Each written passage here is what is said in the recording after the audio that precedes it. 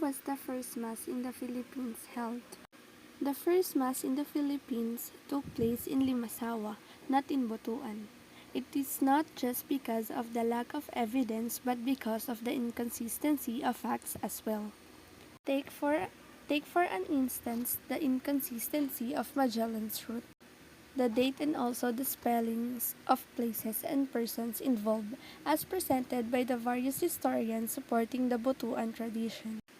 According to Father Francisco Colin, S.J., a historian, Magellan arrived at Butuan first, then to Limasawa and then to Cebu.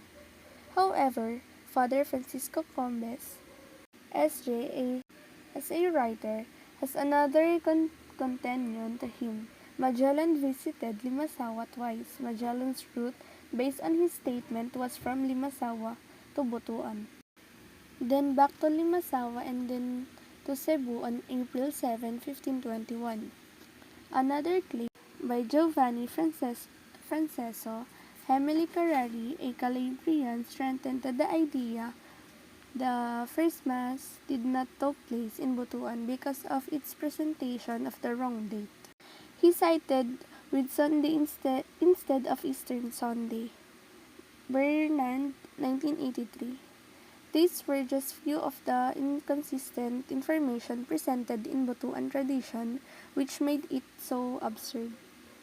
I mean, how come one believe this tradition when you are fed with different versions of stories from different mouths?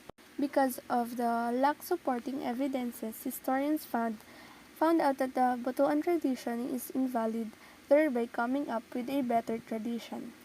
The Limasawa tradition, although the Limasawa tradition came from after the Butuan, it was proven with evidence that the first Mass in the Philippines took place in Limasawa Island in Visayas on March 31, 1521. It was also affirmed that in the same date Magellan with his troop planted a cross on the same site, Cebu living the good life in beautiful island 2006. That tradition, unlike the other, is supported with a number of solid proofs which includes the Albus logbook, evidence of Pigafetta, and the evidence from Legazpi's expedition. In Alba's account, he did not mention the first Mass and where it took place. However, he mentioned that Magellan planted the cross upon a mountain top from which could be seen three islands to the west and southwest. This best fits the description of the geographical area of Limasawa, which is not applicable to Butuan because there was no island found in those directions. These are very strong proofs since these people have been part of the expedition. Bernard, 1983.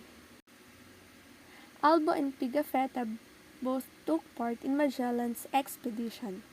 The former was one of the pilots in Magellan's flagship, Trinidad, and the latter was a member of the expedition itself. Therefore, it is based on eyewitness account. In addition to that, an article by Roland or Borinaga 2007 in the Inquirer website says that there is an aerial photograph of prominent hills in Pigafetta's map. It is where Magellan and his troops placed the cross known today as Magellan's Cross. The cross, which symbolizes the baptism of Raha Humabon, his wife, and his men into Roman Catholic, serve today as a tourist spot in Magallanes, Cebu.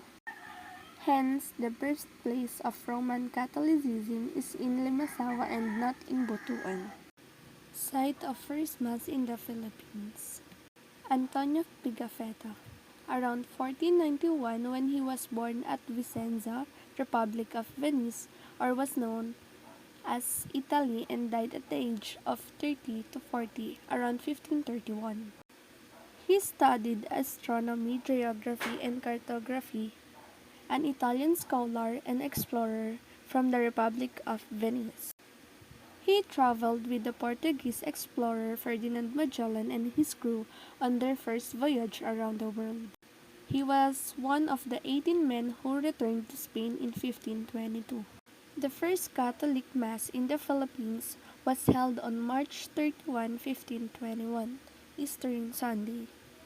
Father Pedro de Valderrama. It is located at the southern Leyte, a popularly known as the birthplace of the Church in the Philippines. Holy First Mass marked the birth of Roman Catholicism in the Philippines. Controversies between Limasawa and Masao Botoan. 1872, a monument to commemorate the site of First Mass in the Philippines was erected in Botoan. 1953, the people in Botoan asked the Philippine Historical Committee to rehabilitate the monument or place a marker on the site. On the basis of this objection, the monument was re-erected, but the marble slab stating it was the site of First Mass was removed. Zaid identified Masawa in Botoan as the location of the First Mass. The basis Zaid's claim in the diary of Antonio Pigafetta, Chronicle of Magellan's Voyage. Limasawa. Jaime de Vera stated that the First Mass was celebrated in Limasawa, not in Botoan. Historian Pablo Pasteles, stating by the footnote to Francisco Collins' Labor Evangelica that Magellan did not go to Butuan but from Limasawa to Cebu. Francisco Albo, pilot of the Magellan's flagship, does not mention the First Mass, but he writes that they erected a cross on a mountain which overlooked three islands, the west and the southwest. James Robertson agreed with Pasteles in the footnote that Mazawa was actually Limasawa. In the authentic account of Pigafetta, the port was not in Butuan, but an island named Mazawa. Father Ferdinand studied all the Pigafetta's maps, which place in Mazawa off the southern tip of the larger island of Leyte. A check with the modern maps will show that this tribes with Limasawa and not Masawa or Butuan.